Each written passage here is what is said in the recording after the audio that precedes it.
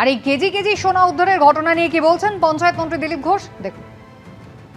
অনেকেরই বান্ধবী পালিয়ে গেছে, এখন কি করা যাবে? আইনের ব্যাপার তো, সিআইডি দেখছে, খুঁজে দেখবে। অনেকের বান্ধবী ধরা পড়েছেন, অনেকের বান্ধবীকে খোঁজা হচ্ছে। বান্ধবী কালচারটা তো টিএমসিতে ব্যাপক ছিল, এখন বোঝা যাচ্ছে ওটা অপব্যবহার হচ্ছে। আরও কারো বেরোবে, আরও কারো টাকা নিয়ে কেউ চলে গেছে, এ ধরনের কমপ্লেন এসেছে। কমপ্লেন আসলে কালকে এটা নিয়েও মাননীয় মুখ্যমন্ত্রী বলেছেন, টিএমসির লোকেদের বলেছেন, আপনারা বলছেন তদন্ত হোক, চুরি কে করেছে। আপনাদের কাছে তথ্য আছে, আপনারা তথ্য দিন।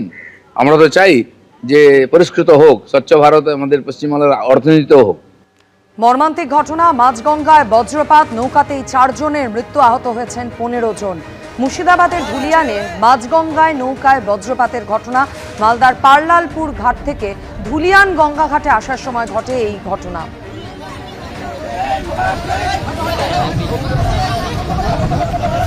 আহতদের অধিকাংশই ভর্তি শামশেরগঞ্জের ব্লক হাসপাতালে। অবস্থার অবনতি হওয়ায় কয়েকজনকে জঙ্গিপুরে রেফার করা হয়েছে। অন্যদিকে কোচবিহারের বজ্রপাতে মহিলা সহ 2 জনের মৃত্যু, আহত হয়েছেন 4 জন।